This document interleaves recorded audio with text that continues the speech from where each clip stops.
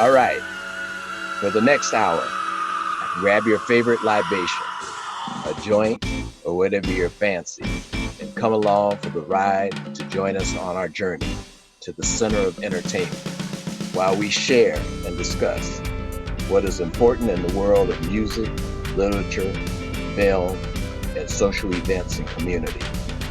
Therefore, we exist to give you a platform you've never had. Flip that dial, pull up a chair, and once again, tune in to Mystic 7 Records and Films program, Souls of Solidarity. So today, we're going to have a special guest on, and our topic is going to be about body shaming. And for those of you who don't know what body shaming is, it's the action or practice of humiliating someone by making mocking or critical comments about their body shape or size. It includes expressing mockery or criticism about a person's body shape or size. So in today's world, because of social media, we tend to say things toward people in their looks, their dress, their size, and it's a concern where it's driven some people even to suicide and to killing themselves behind it. And I thought it was a very poignant topic that I wanted to discuss about today.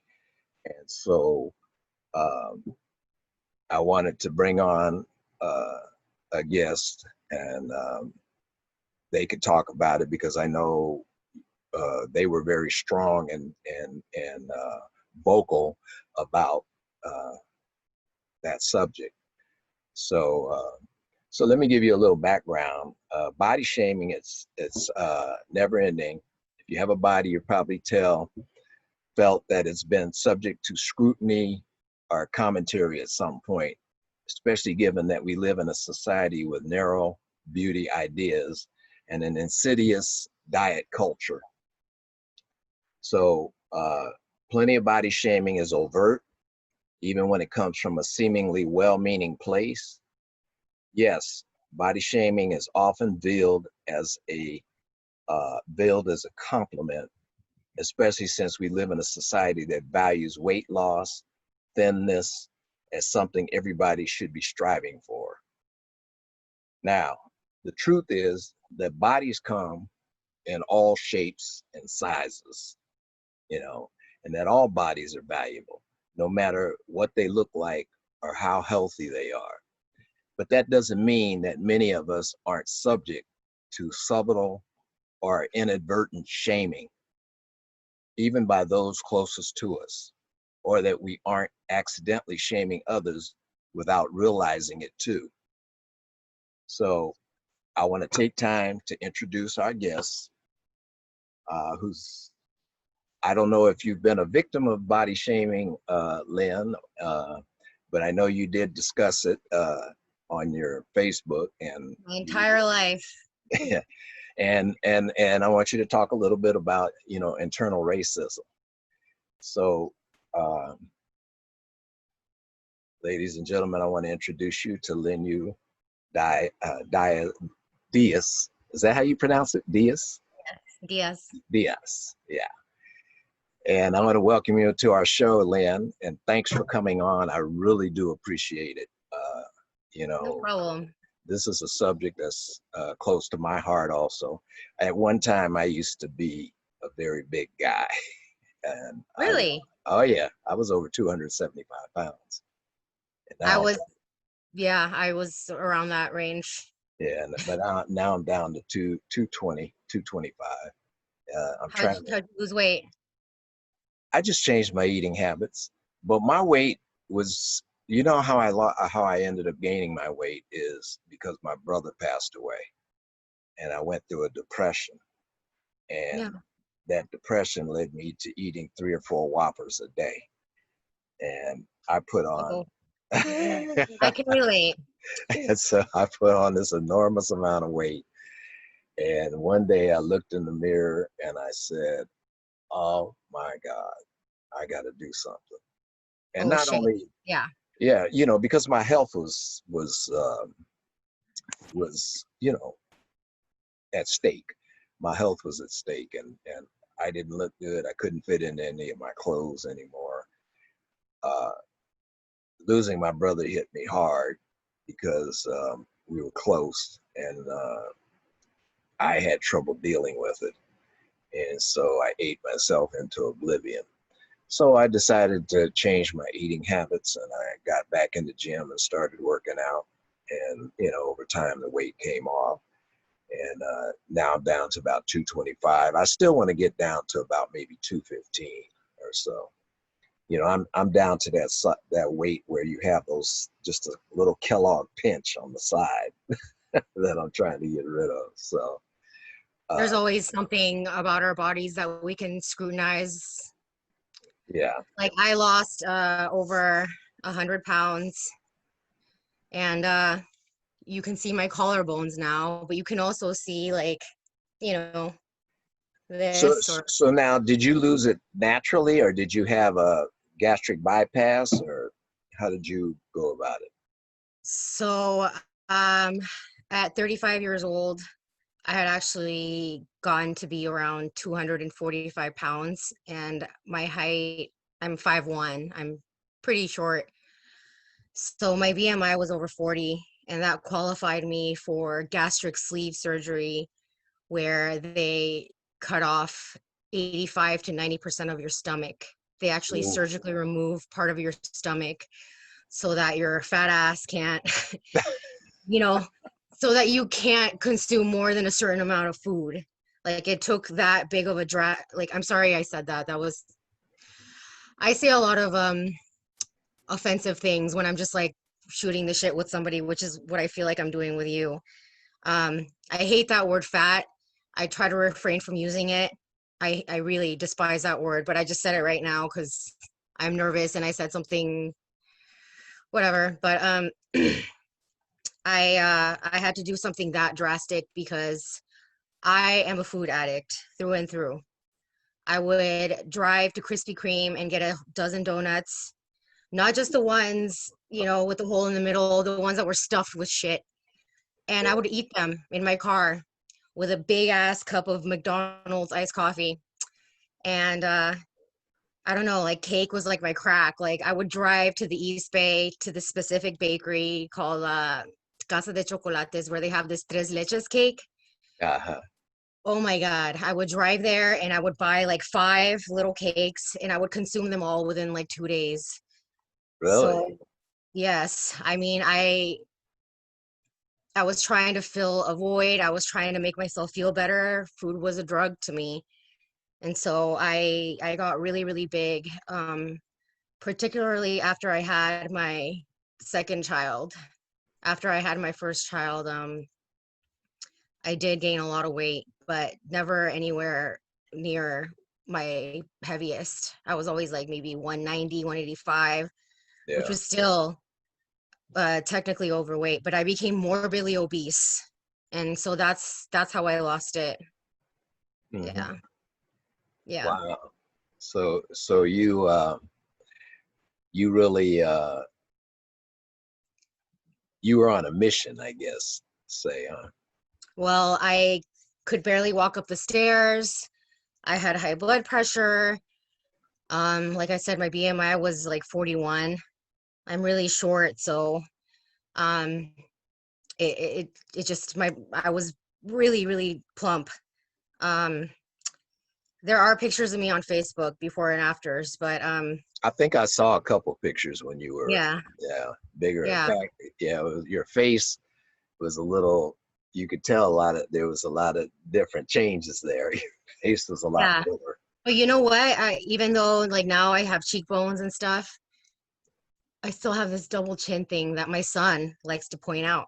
Talk about, you were talking about covert Yeah. body shaming.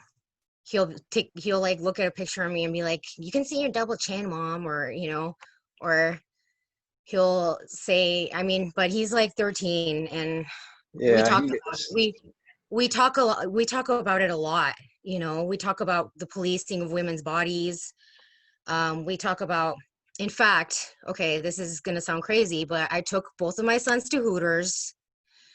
I have a 13-year-old and a 15-year-old. I took them to Hooters Uh-huh. because one day I was craving crab legs really bad, and there was a Hooters there, and I took my sons, and it Hooters actually has turned. crab legs.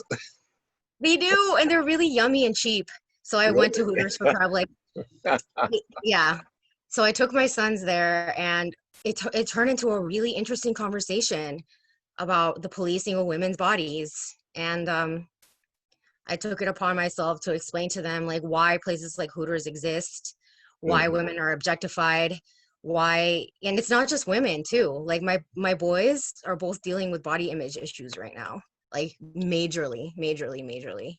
Are they putting, well, they're not, are they putting on weight or? It's not about weight. It's about, oh, I have zits, or oh, my hair's too puffy, or ma. Well, actually, my older son says he's fat. Um, and he'll go, Mom, I don't, it's not like I like you where you don't have your stomach. You know, I have to exercise, and like I, they're beautiful to me, you know. I don't see it, but I understand it, you know. Well, do you talk with them and encourage them that, you know, that what they look like is their own unique self? Absolutely. And especially after the Facebook post that I put up, which, can I read it? Is that cool? Yeah, go ahead. I have it here, but I read I So go I ahead with wrote, it. Yeah. yesterday in a fit of anger, a certain someone said I was ugly and wrinkly, referring to my loose skin and stretch marks, I suppose, and it triggered all the feelings. Growing up in a place back in the 90s where I always stuck out and was relentlessly bullied for my looks gave me some body image issues and made me hate myself. For a long time, I was deeply ashamed of my indigenous features and longed to have blue eyes, blonde hair, and white skin. Thankfully, that started to change with the discovery of ethnic studies, which I am now devoting my education to. So it's not just about being overweight for me. It was about, you know, having a Mayan nose, having, you know, black hair, thick black hair, like all kinds of stuff, you know. So why were you Uh, so ashamed of your Mayan features? Since well, that's what makes you. exactly. So, well, I said, thankfully, that started to change with the discovery of ethnic studies, which I am now devoting my education to. And then came the obesity, which people always felt a need to comment on. Now that I'm thin, I get comments such as these: your skin and bones, get an ass, and my personal favorite, if you got a breast augmentation, you'd be really hot. And then I wrote, no matter what, haters gonna hate. Even though I still struggle, by and large, I'm so deeply proud of my almond-shaped chocolate brown eyes, my skin, which is the color of café con leche, my father's broad Mayan nose, my cheekbones I can cut glass, my thick lips, my long black hair.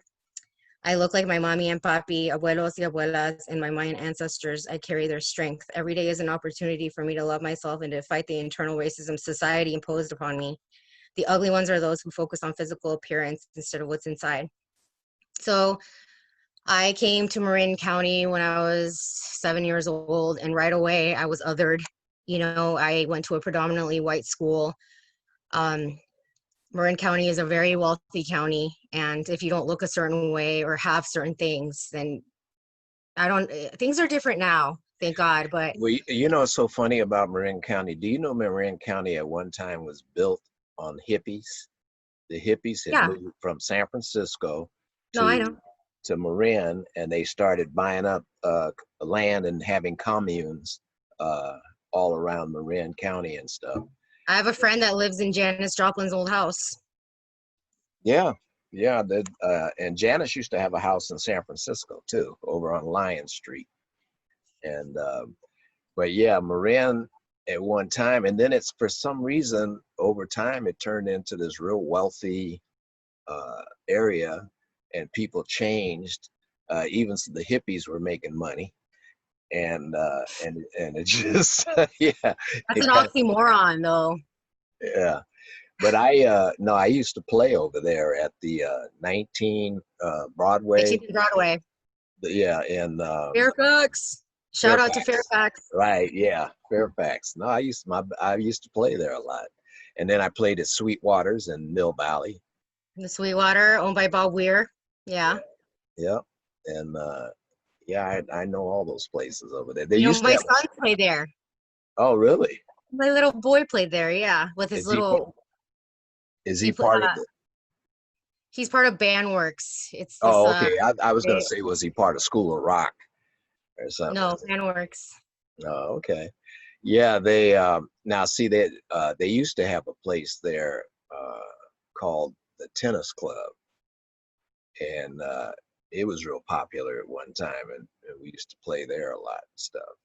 And but yeah, but they don't, the music industry's changing now because they've shut down everything because of COVID. But Yeah. yeah, no, I I know, miss it. I miss Terrapin Crossroads. I miss the Sweetwater. Yeah, all those places. a Well, what lot I of was people. saying though, sorry. No, go ahead. It was tough because my school, I was one of like a handful of ethnic minorities. Hmm. Right away in second grade and third grade, I started getting teased. I started getting bullied. Boys would follow me and call me ugly. Girls would follow me home from school and throw rocks at me and call me ugly.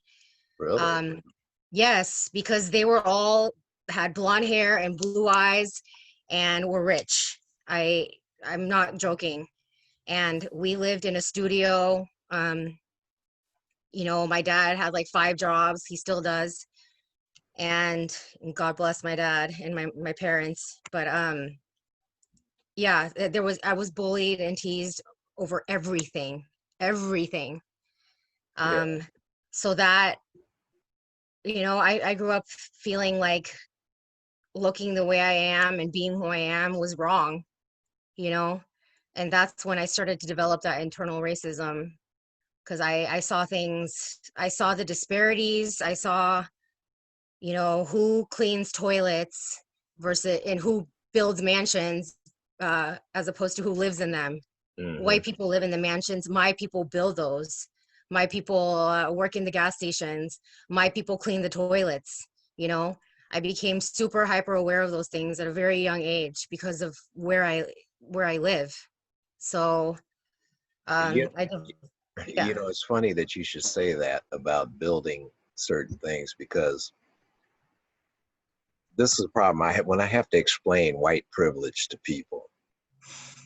They don't understand. Okay, they said, well, how could it be white privilege when we were poor? I said, yeah, but you being poor was a choice. I said, because first of all, they brought us over here as slaves.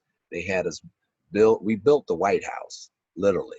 Okay, but yet they wouldn't let a black president. Or Uh, they just straight up wiped us out through genocide. yeah, they, Yeah. you know, and even like the universities down south, the blacks would build the schools and the universities and things, but they wouldn't allow them to go there. And this was the reason why black colleges. Absolutely. Uh, this was the reason why black colleges started because uh, they would not allow blacks in the white schools into those universities and things, but that they helped build. you know. By the way, where are the Latinx colleges? Well, I don't know. They didn't put any money towards them, but the black colleges, that was the only way black people could get educated at the time.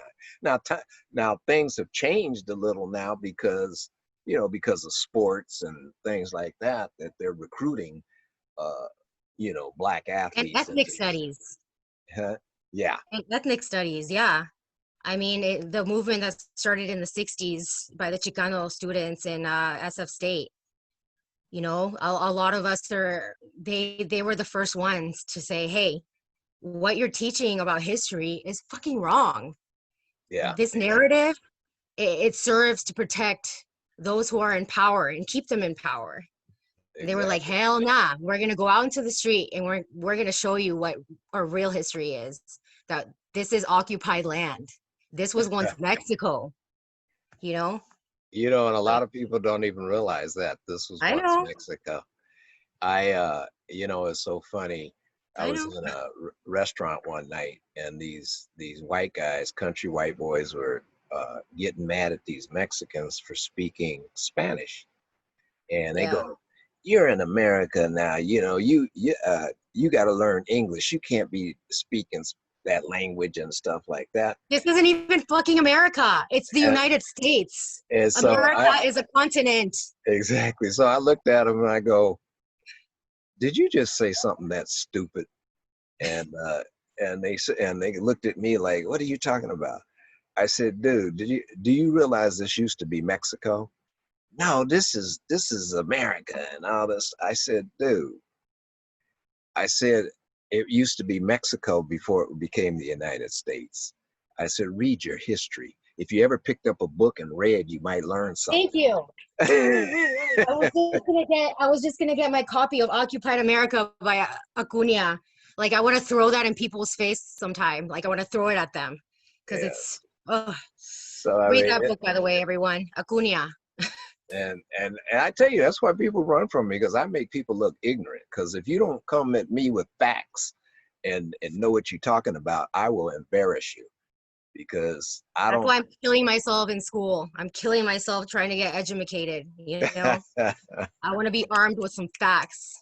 Yeah, but internalized racism, it's the internationalization by people of racist attitudes toward members of their own ethnic group, including themselves, really. I mean, but they don't want to, say it, because this society has given us, um, okay, we're back on. Society has given us this belief system that, you know, conscious or unconscious acceptance of what they call a racial hierarchy, in which Yep. whites are constantly ranked above people of And color. that was created by the colonizers, the Of hierarchy. course it was. You're Of course it frozen. was. You know.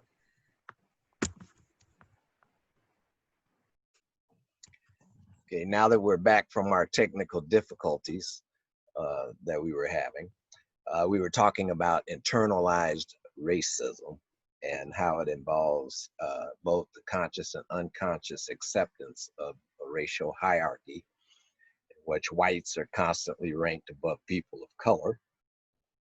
Now, these definitions, they encompass a wide range of instances, including but not limited to belief in negative racial stereotypes, which tends to go on a lot on television, media. So, and adaptations to white cultural standards and thinking that supports the status quo, i.e., denying that racism exists. And we all know it does. And hopefully over time, we'll change. But I was looking up. I do a lot of research before I do my shows and stuff, I and can I was tell. I was looking at why why does stereo social society believe blonde hair, blue eyes is beauty? You know, they think like that's the standard. Yep. And so I did some research on it, and I found that uh, it's really an Aryan uh, type of thing. It comes more from Germany, uh, where actually blonde hair, blue eyes is actually a rarity um, amongst people, but because of the German superior attitude, the Aryan superior attitude, who a lot of them came over here as settlers, perpetrated that was considered beauty, you know, and they never did take in the fact of, people who have olive skin or dark skin, and Mediterranean skin or Mexican skin, what's the moreno that I like, and that they created their own standard of beauty, and then they perpetrated it on television, media, uh, social interaction. And so now, you know, uh, we become people have become so obsessed with it that they thought that's how you're supposed to look good in life. I mean, because look at all the people that dye their hair blonde, you know, and and the way it gets portrayed and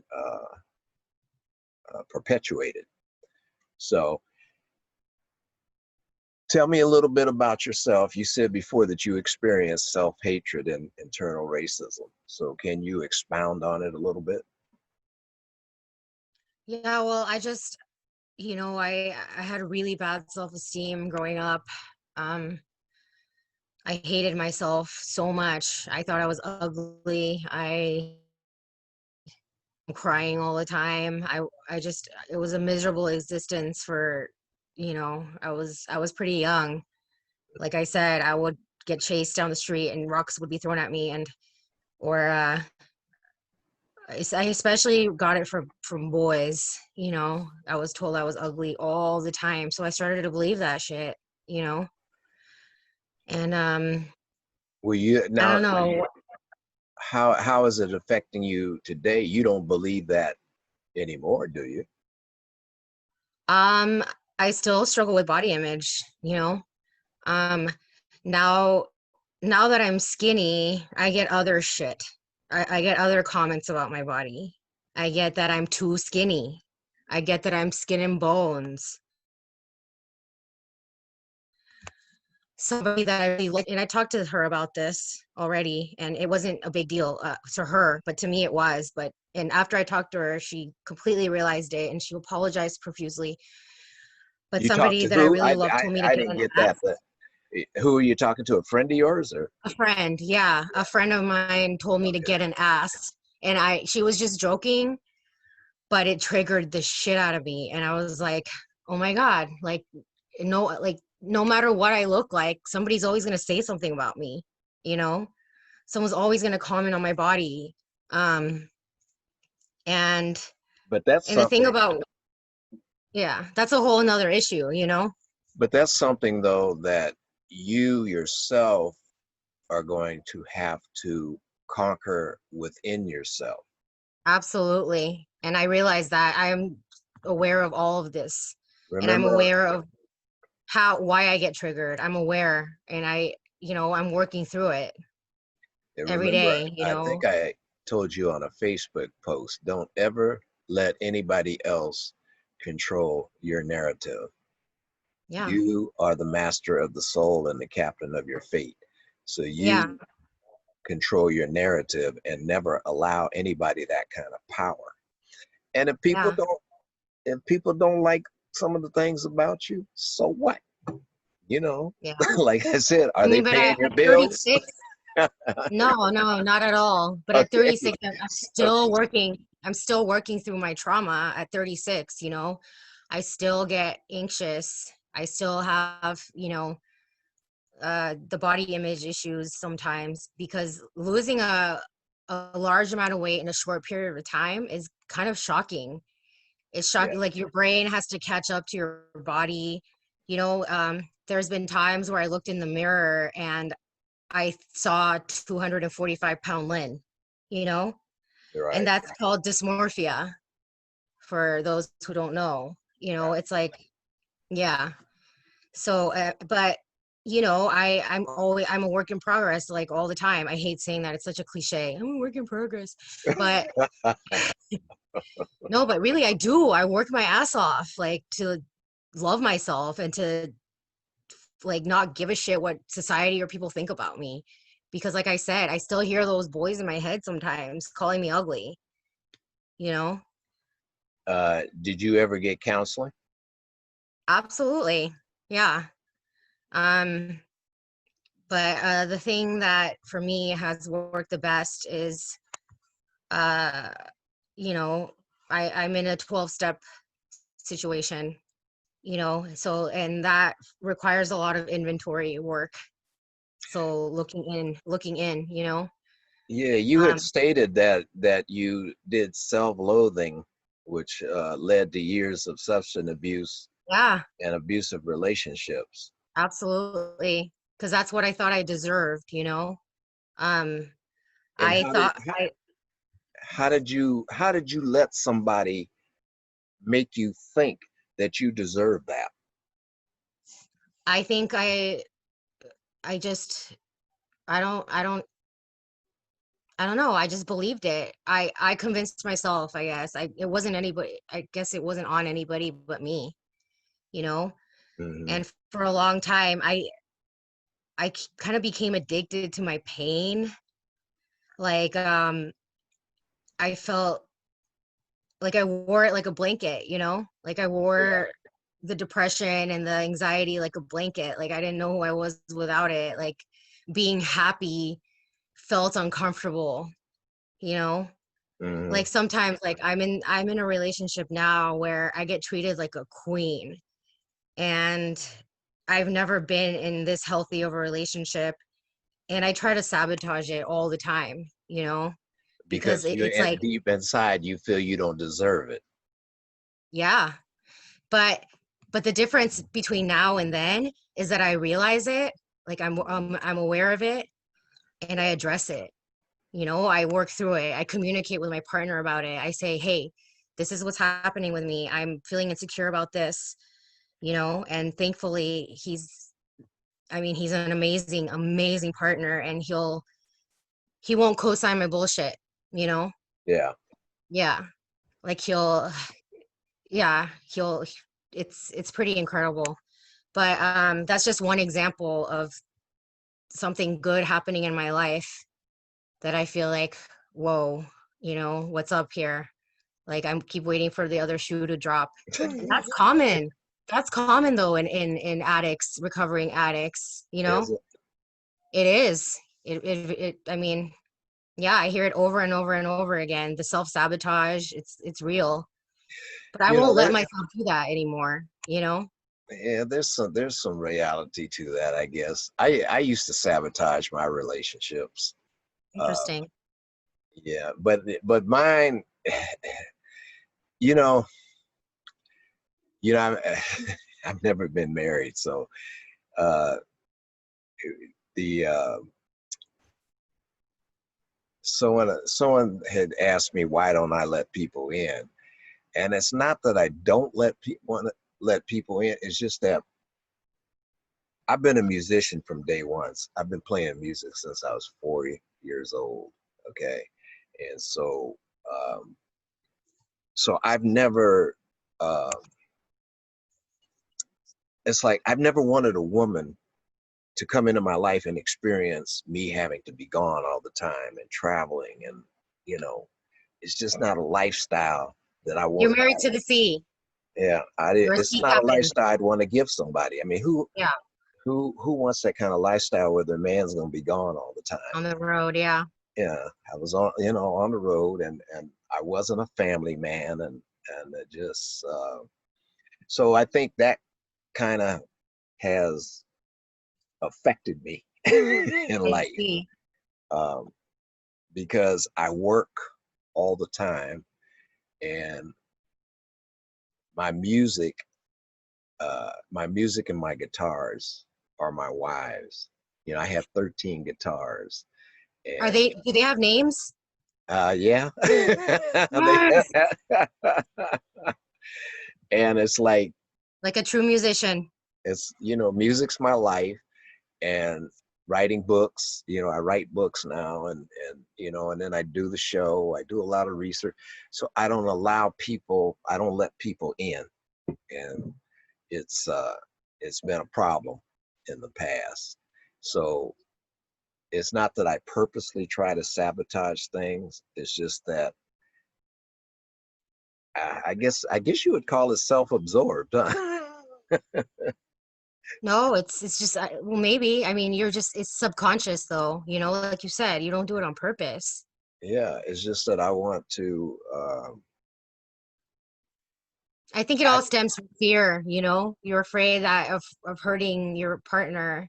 when you're not, because you're not around or not giving them the attention they deserve. So you And don't even, I'm the yeah, type of person that if I have a song in my head or some music in my head, I'll get up in the middle of the night and start writing. And awesome. and so a lot of people have problem with that. I mean, this one girl I dated, she really got upset because I got up in the middle of the night to go write a song. Maybe you, well, no, well, that's not cool either. I mean, if you can't be yourself, then, you know, like what good is it being in a relationship with that person? Yeah, well, and that's why it's hard for me to be in Well, relationships maybe you haven't found the right person. because I don't know that the right person is out there. Maybe they are though. Maybe that person is out there and they wouldn't give a fuck if you got up at 3 in the morning to write a song. Maybe they'd be like, cool, show me the song. Well, that's what I do. I mean, it's weird how I will get up in the middle of the night and I'll start writing a song, or if there's something about like if I'm writing a book, and let's say that I'm thinking about the plot, and a different plot all of a sudden comes into my head, I have to get up and write about it Of because course. if I That's your go life's back to sleep, purpose. if I go back to sleep, I'll forget about it and I'll lose it. So it's Your I guess purpose is to I'm just create. weird. Huh? No, you're not. You're just a creative guy. You're not weird. Well, I guess I like being called weird. Jim Morrison, who I'm obsessed with. See, he Oh says weird. yeah, yeah. No, I saw that Doors post. I have to show you my poster. I have a big poster because I don't know if you remember Tower Records. Of course. Yeah, Tower Records went out of business, and I went and bought all their vintage posters. And so Lucky. I got Jim Morrison, I got Jimi Hendrix, I got Lucky. uh, who else did I get? A lot of the old artists that I got, and Miles Davis, because I'm a big Nice. Miles Davis fan. Even though Miles was a little out there, but man, the What guy, musician isn't? I'm sorry, but it's true. yeah, the I'm music was saying that beautiful. as a musician myself, you know? Yeah, We're and just one of so a kind. yeah, and I mean, it's like it just certain things, certain music moves me and stuff, and so yeah, I'm obsessed with it, and Nice. But Jim said, "Where's your will to be weird?" I love that. I love that yeah, quote. that's a good saying. Yeah, so yeah, but no, I'm always creating, looking for new ideas and music, new thoughts in my head. And ironically, I don't listen to the radio. Uh, and the reason I don't is because I don't like to be influenced by anybody else. If I'm gonna Yeah, write music, it has to come within me, within here and with here.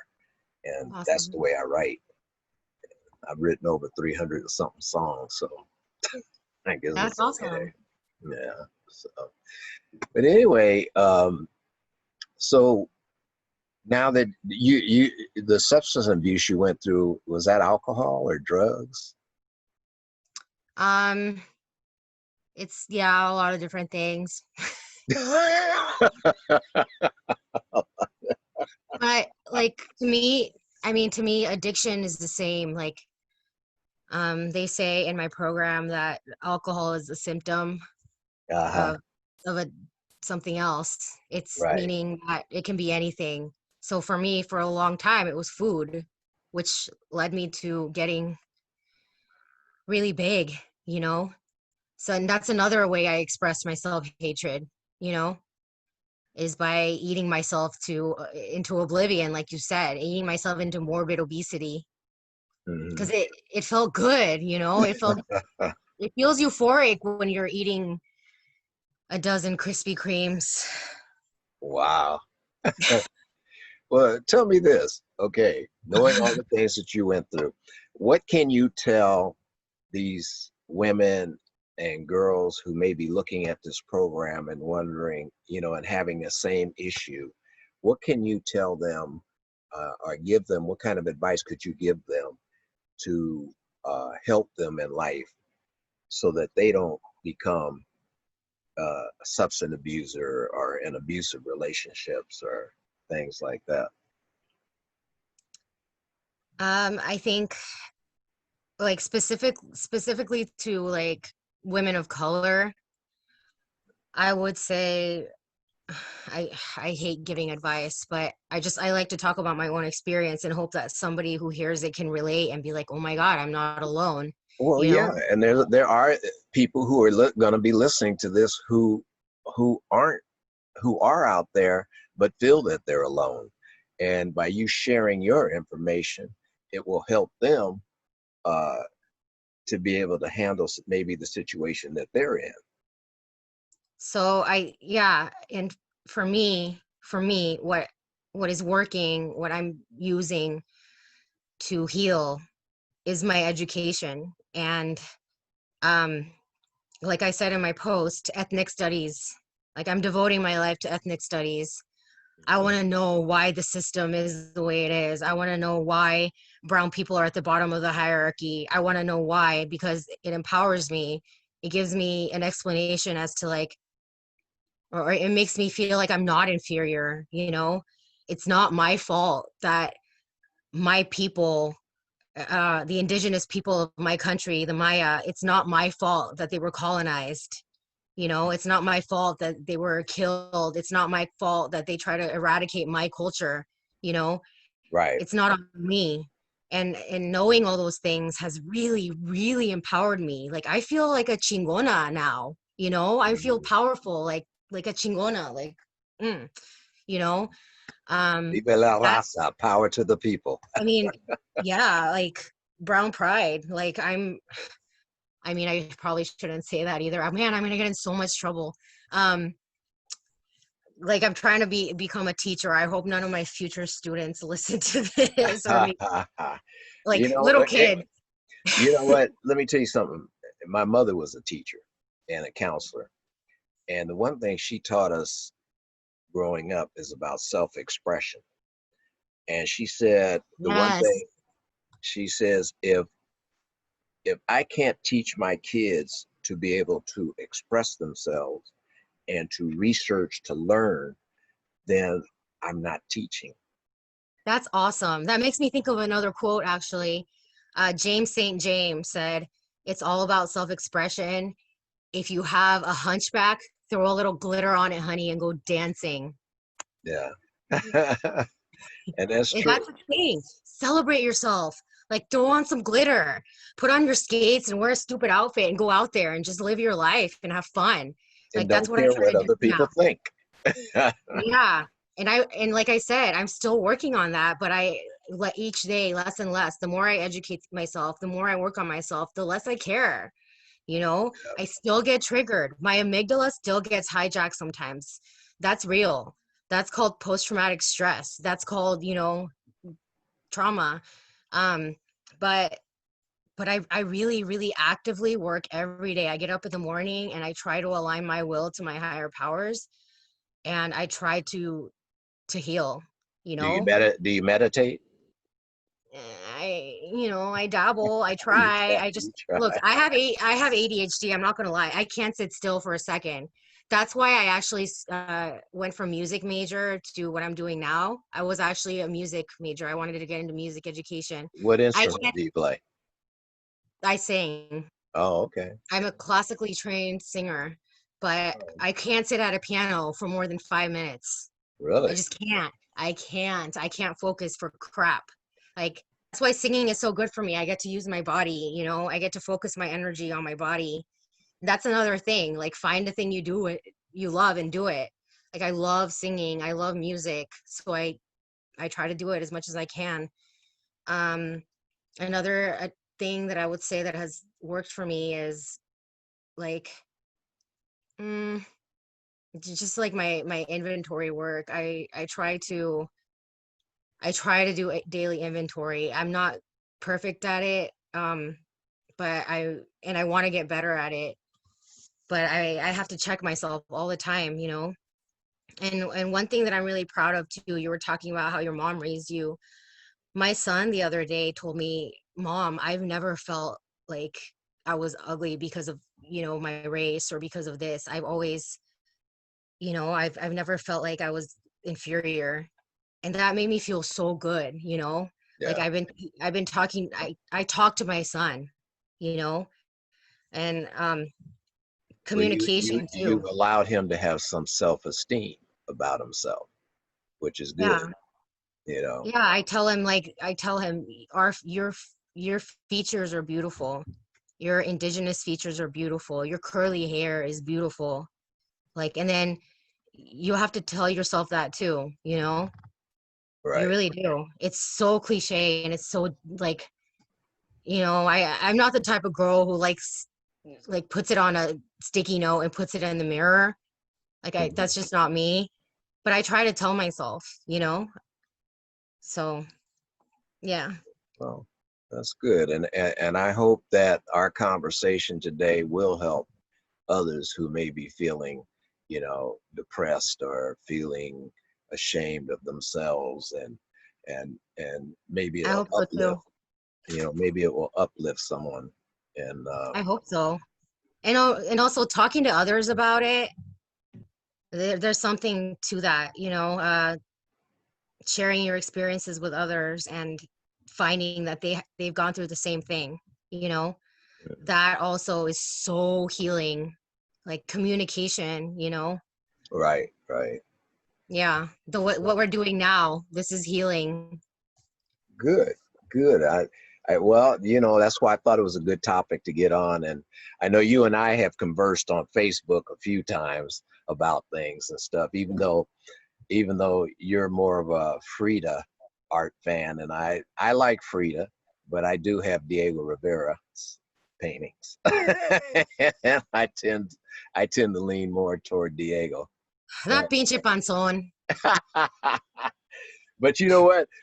I'm going to bring you back on my show to do an art thing, because I would love to get into about Frida's life, because I think her life was incredible. I It's mean, fascinating. It really is. and to also talk a little bit about Diego, um, because I know you're a big art person too, and I like that.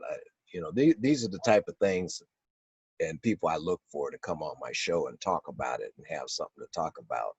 You know, and I know people get a little nervous coming on, you know, trying to talk and stuff, but usually I have questions ready, so you don't have to worry too much. Just I'll lead you into, you know. All any ounce of nervousness I had, any nervios is gone. Like you make it easy. So it's like talking to my buddy. Well, I am your buddy. Damn right. we're, we're Facebook. We've been Facebook buddies. Amigos. Yeah. Gosh, that Facebook. Don't get me started on Facebook. Yeah, I but it's become my crack, especially during the pandemic. It's yeah, my way of communicating with, I need people around me. I've Like, gone on Facebook more after the pandemic than I ever have in the yeah. last few years. I Yep. never was a big Facebook person, Me and either. then like you said, during the pandemic, I had to cancel Crap. 85. I had to cancel 85 shows this year from April all the way to October. That And so, sucks. yeah, so now I said, okay, well, what am I going to do with 85 shows gone and stuff? And then Universal, the people I write for, they shut down production. So I haven't been able to do much with them. Do your So, music. Yeah. yeah, No, yeah. yeah, it's hard. So that's why I've been writing books. I have another book coming out next month called The Pimp Chronicles, Saga of an Education. And it's it's Badass. it's Far out. it's a fascinating book. It's about a kid from Chicago that came out to California here to get a college education, but ended up getting a real education about life. And so it's pretty fascinating and stuff. The So school of life. yeah. So anyway, yeah, but yeah, it's interesting. But uh, I'll close with, like, in this society that values the thinness, and fat shaming exists in a dizzying amount of ways, because thanks to print and media advertisement, as well as social and the social media. We are constantly sent messages that being fat is the worst thing a person can be. You know, and fat people are often treated differently by doctors, employers, and Yeah. then Can I say something about that yeah, actually? go ahead. Uh, no, I mean, it is shocking how much better people treat me now. Like shocking. Like nobody would even look my way before. Now I get asked out by strangers. It's so weird. Like it's so yeah. No, and then the thing is like all like my first before and after people were people were commenting things like you're so beautiful now or whatever. And all I heard was I wasn't beautiful before, but I'm the same person, you Yeah, know? well, you are the same person. I'm the The only same thing damn that's person. the only thing that's changed is your physical appearance. You know, Totally. and And like I said before though, but now I get commented on different things about my body too. So so my point is like you're never gonna make people happy. Like so it doesn't matter, like you said. That's the ultimate like lesson in all this, I think, is like the only relationship that matters is the one that you have with yourself. that's Ugh, very I true. sound like I'm throwing out inspirational quotes and it makes me sick. Um, No, that's good. But what's the one thing I've always told you? What have I always told you? doesn't matter what people say. And it doesn't matter what they think because they're not paying your bills. And the other thing, you know, uh, it's like opinions are like assholes. Everybody's Yes, got one. like with puckered assholes, man. So I mean, it's you know, don't remember these things. If you ever have a problem, you remember RaDante said not to give a shit what people think. Uh, I am the captain, the master of my fate, the captain of my soul. The master of your domain. And don't ever let other people control my narrative. Yes. You know, Amen. and as long as you remember that, you'll be all right. Just I think so. you know. And if people piss me off so much, I'll just grab a guitar and start playing and write another song. That's what my son does. I love it. you know, because you just can't let them. You can't let other people do that No, to you. no, you Uh, can't. You won't live your life. no, you won't. No, That's no, true. That's true. But so you're up in San Rafael, right? I am. Yeah. Oh, okay. Next time I'm up that way, we'll have to get together and have a coffee Please, since you don't un drink. cafecito, una concha. You know. No, I'll be up that way probably the weekend of Thanksgiving because I have to go up into Mendocino. Okay. Yeah, because I got to check on a property up there. All This right. this guy wants to buy this property from me, so I'm gonna Okay. probably come up that way. You owe So me a Krispy Kreme. all right, are you gonna eat one? Yeah. You But still now eat one? I can only have 3 bites. So Because J Lo, she likes to eat sweets, but she doesn't. She only bites it. A cookie, she'll bite it, and that's it. It won't eat the rest of it. you know. self-control. That's Yeah, something I don't have. and it is because my weakness is beer and ice cream. I love Ah, beer. I love ice cream. together like a float. Like ew. Uh, and have you ever been to Mitchell's in San Francisco? Of course, I've been to every dessert shop in the Bay Area. Oh my God, I love Mitchell's ice cream. Yeah, It's see, so and good.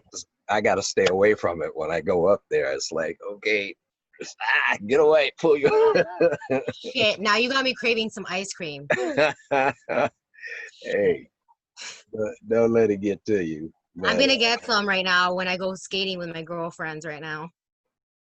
so you guys are gonna skate what at midnight or? Yeah, Oh, cool. yeah. Yeah. We got kicked out of the parking lot a couple like a week ago by Barbier security. We were just like, yeah, we got kicked out. But yeah, we were probably trespassing, so Wow. Well, Where else are we gonna see hey, him? that's the fun of it, if you can't do something that's not exciting, I'm I 36 years old and I'm getting kicked out of a parking lot at midnight in my roller skates. oh, if I told you some of the things that Boom. I've gotten kicked out in. Living my best life. Yeah, and I'm a water person, and so Me like too. I'll go into parts that like over in parts of oceans and rivers and stuff, and that you're not supposed to be, but I'll go anyway, because I love the water. Me too. Stinson Beach used to be one of my go-to places all That's my the time. place. That beach is the reason why I will never leave Moraine County. Yeah, it's beautiful. It's beautiful. My dog Snoopy is particularly fond of Stinson Beach. He's afraid of everything except the ocean, which is so weird, right? Because the Yeah, ocean's this massive, loud, roaring entity. He's scared of his own shadow, and he'll freak out and out of happiness when we go to Stinson. It's his favorite place on earth. So I love Stinson Beach. Yeah, yeah. I used to go there. Like I'd go there when there was nobody there in me too. When that it's like when it's like 35 degrees, that's the yeah, best time to go. Best time to go. yeah, because that was my, oh man, I'd go there and I'd meditate. I just watch the ocean. I'd Yeah. listen to the ocean sing. Let's go And hang out there. yeah, no, I love it. And it gets creative and stuff. So I mean, I can't. No, that's one of my go-to areas. I love that area. And then Bring I your like going. guitar. Hmm? I'll bring your guitar. I'll bring my son and his guitar and we'll jam. Okay, not a problem. I have a lot of guitars to choose from, so Nice. that's not a problem. But yeah, but anyway, Lynn. Well, I'm gonna close this out. Is there anything else you want to say before we close our conversation, and anything else that you might think of? Um, love yourselves, mi gente. I think that's where it all starts. And then somebody said to me the other day, they were talking about revolution in the streets, and they Uh, were like, but the revolution starts here. yeah. Well, uh, it's funny you talk about the revolution because I wrote that song, "The Revolution Yes, Will Be I loved it. Televised." Yeah, It yeah, was gorgeous. Beautiful song. I and shared it. I know I got in a lot of trouble because people said, "Oh, you're trying to start a race riot or something like that." I said, "No, it is not even like that." It said um, things are happening, It's and art, it's music, it's an well, expression of, but the thing is, things are happening nowadays, and they're being perpetrated through social media. So yeah, yeah, the revolution will be televised because social media will exactly. make it come alive and keep it alive. And so, and if you don't think that's the truth, look what's happening to our election. All the social media bickering back and forth between the Trump and Biden camps and It's stuff. fucking exhausting. I'm so tired of it. And we still haven't elected a president yet. So, I mean, The memes are good though. I'm really enjoying the memes. Thank God for memes because it like lightens up the horrible fact that this is a fascist regime we're living in. There, I said it. yeah. Well, hopefully things will get better and life will be better. But I always tell people life is easy. It's people who make it hard, and that's so true. Ah, It is, and that's why you keep negative people out of your life. You don't allow them to get into your space, and I that's why I tell people, look, I said if you're going to be my friend, there's two things I don't need: negativity and drama, because especially if it's negative drama. anybody got time for that? Yeah, I said, my life is fulfilled. I don't need all the negative. I don't need negativity in my life. I enjoy my life. I love my life. I really do. I have a great life, and Oh, you I'm know, happy to hear that. oh, I do too. and that's what's important. And you can't just let people ruin your good life. You can't let people come in with that negative stuff. And even if my family comes at me with negative stuff, I said, look, I don't want to hear it. Don't bring it my way. I said, now if you want some advice or some opinion, I said, and you're asking me for it, I'll tell you what I think. I said, but I'm not going to be a part of your negativity. I just won't. You know, I'm not going to allow people to do that. So. Yes, King. Yes, it is the way it is, and you do the same. Don't don't allow that negativity in your life Absolutely. and stuff. But Oh, it's been a pleasure talking to you, friend. it's been a pleasure too, and you know we'll keep in touch Yes. because now that you know I know how to get hold of you and stuff, and we'll you know, and you got my number and everything. And we're picking up a Krispy Kreme and we're going to Stinson Okay, to the party. I guess I can eat 3 bites of the Krispy Kreme.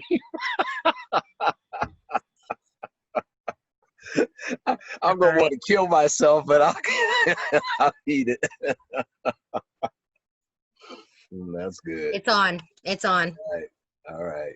All right. I'm gonna go skate Okay. now with my Okay. girls. You take care and enjoy your skating, and we'll, like I said, stay in touch. Okay.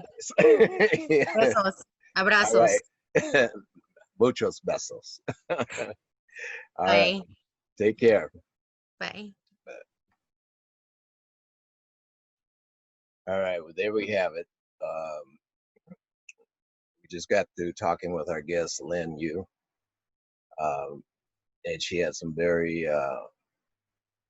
pertinent things that she talked about and the whole thing. And I just wanted to summarize it like this, you know, fat people are often treated differently by doctors and employers, as I said before, and those disguising their commentary as well, meaning concerns about health.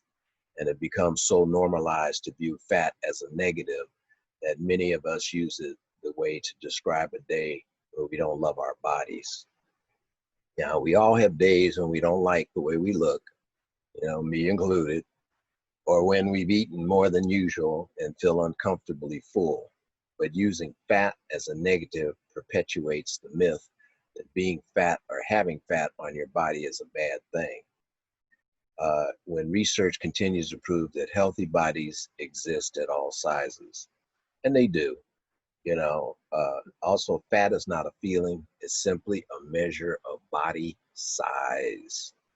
So people whose body fall outside the societal standards of beauty face criticism no matter what they choose to do or wear, simply by existing in, you know, in the world.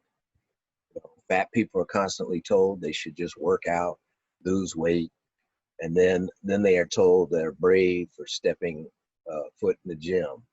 But people of all body types work out for all kinds of reasons, and don't ever uh, let anyone else tell you any differently.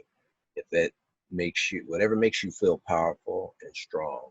Same way that people of all body types don't or can't work out for all kinds of reasons. You know, fashions and clothes shopping is already a minefield because many mainstream brands carry limited sizing options.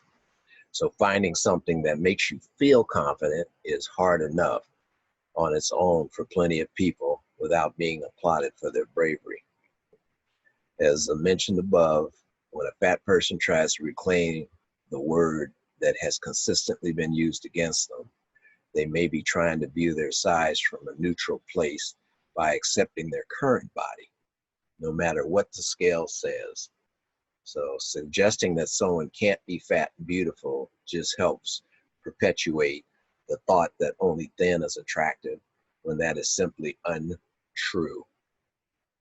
Similarly, joking about or encouraging someone to eat because they appear too thin is a subtle form of shaming because some people are thin for all kinds of reasons, for their natural or genetic makeup or medical reasons.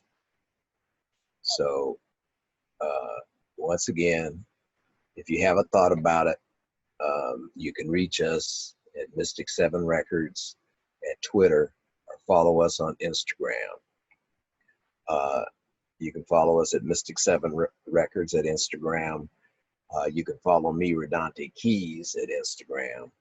Or additionally, you can go to our website at www.mystic7records.com, and check out our merchandise that we're putting up, and hit the subscribe button and become part of our family. Like I always tell you, I need you guys to be part of the family. So subscribe to our channel, and then join us every Saturday after 8. We probably won't have a show during Thanksgiving weekend because I'm going to be too full. I'm going to eat my butt off. I'll be a little extra fat.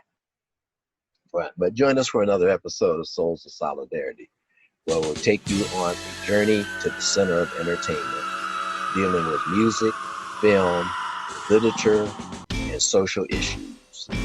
And once again, I leave you with my favorite 3 words: love, prosperity, solidarity. I'm out.